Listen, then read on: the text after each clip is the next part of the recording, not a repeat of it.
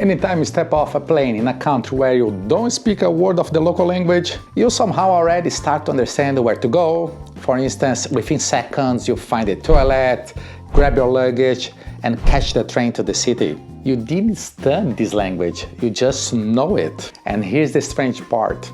Most people don't even know it has a name. These are pictograms, images that convey concept without words. They're designed to be understood instantly without translation. But where did this symbol come from? And why are some so intuitive while others leave us scratching our heads? And how did we end up speaking a language older than words every single day? Today you're going back, way back, to uncover the roots of pictograms and how they became the most universal design system in the world. Let's start from the beginning.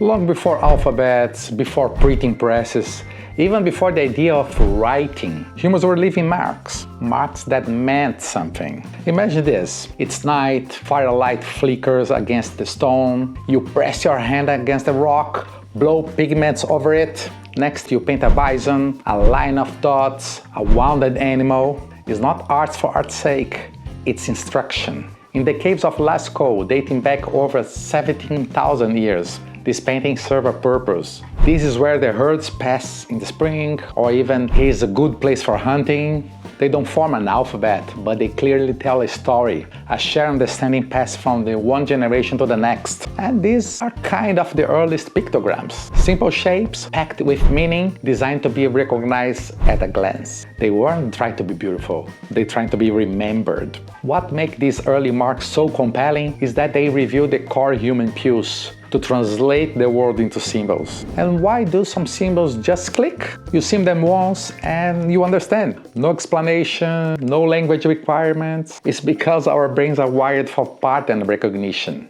We constantly scan the world for visual cues, a face in the clouds, path in a forest, meaning a mark, but it's not random. Philosopher Charles St. Peirce broke down signs into 3 essential types, a framework that still guides designers and semioticians today. So you talk about icon. It looks like the thing it represents. Let's say a drawing of fire looks like a flame. A fire extinguisher looks like exactly the object. And then there is index. It points something through association. A trail of footprints means someone was here. Or smoke suggests fire, even if you don't see the flames. And then you have symbol. That's something that's learned with no visual connection.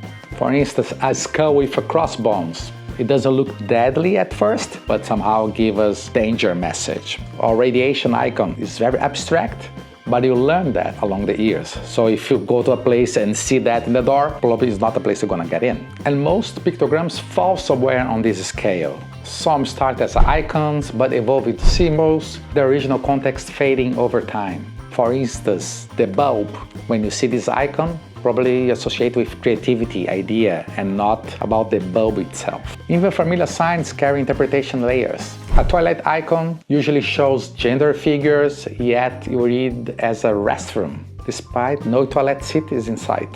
Of course, this has been changing nowadays with more inclusive designs where depict the seat directly. No gender, just a toilet seat there. That's what you're gonna find behind that door, which I like more, to be honest. Hi, I'm Johnny, Doctor in Interface Design from the Bauhaus University and academic here in the beautiful Scotland. And this is Design Globetrotter, exploring how design shapes our lives. So if you like this kind of content, consider subscribing. So far, the symbols have evolved. They have been shaped by habit, need, or shared experience. But there's a moment in history when pictograms stop evolving organically and start to be engineered. A point where they are not just a reflection of culture, but a tool to actually shape it. That's where Isotype steps in. Otto Neurath was an economist and philosopher, and he believed knowledge should be accessible to everyone. Not just the literate, not just the elite, everyone. His solution was an international system of typography picture education, Isotype. Working with the designer Gerd Arndt and later Marie Neurath, they developed strict rules that you still see nowadays. Flat perspective, limited colors, no shading, scalable repetition for quantity. As Isotype was developed in the 1920s, 30s, this entered in the Bauhaus era zeitgeist. Geometry, clarity, and civic responsibility in design. Think of Isotype as the ancestor of infographics, health posters, and even emoji sets. It's logic, one symbol, one concept, repeated and never distorted. Its influence? Everywhere. Olympic pictograms, transport signage, app icons, you name it. Words divide, pictures unite. Neurath proved that pictograms could educate and unite, but his stage was still static. You talk about books, charts, exhibitions. Then came the mid-20th century. Global travels, mass migration, mega events like the Olympics. Now pictograms had to guide moving crowds in the real time across cultural and linguistic borders. Transportation hubs became the ultimate testing ground. In the 1970s, the AIGA with the US Department of Transportation created standardized icons for public spaces, from elevators, lifts, to ticket booths designed for instant recognition. The International Organization for Standardization, or ISO, expanded the concept globally, introduced symbols like the running man as the exit sign, replacing the word exit with the universal action cue. The challenge?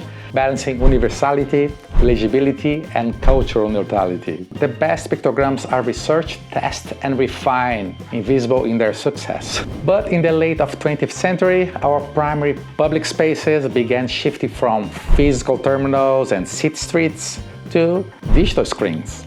And pictograms, of course, came with it. Today, pictograms live in our pockets. From a heart icon to a hamburger menu, we learn the new visual code sometimes without realizing it. But these digital pictograms face fresh challenges as well. For instance, dark mode versus light mode, will the icons be good on that? Tiny smartwatch screens, cross-platform rendering differences. Emojis, the most personal pictograms yet, aren't truly universal. Maybe one simple face can feel neutral in iOS and annoyed in Android. Even with AI tools where you can generate your own emoji, bring more personal meanings that sometimes could not be globally understood. What works now has always worked. Simplicity, contrast, consistency, and context. From caves to code, pictograms connect us across time, place, and language. They are more than just decoration. They are meaning, clarity, and connection.